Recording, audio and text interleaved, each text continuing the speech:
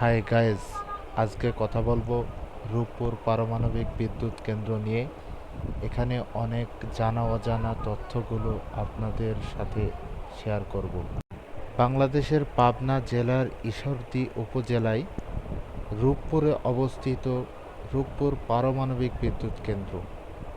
এটি গিগাওয়াট ক্ষমতা সম্পন্ন একটি পারমাণবিক বিদ্যুৎ কেন্দ্র।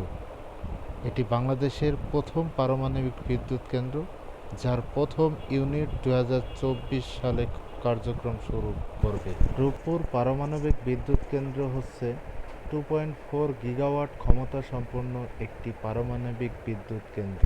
এই উন্নয়ন প্রকল্পের মেয়াদ জুলাই 2016 থেকে ডিসেম্বর 2025। কেন্দ্র নির্মাণের প্রাথমিকভাবে 1,10,000 কোটি টাকারও বেশি খরচ ধরা হয়েছে।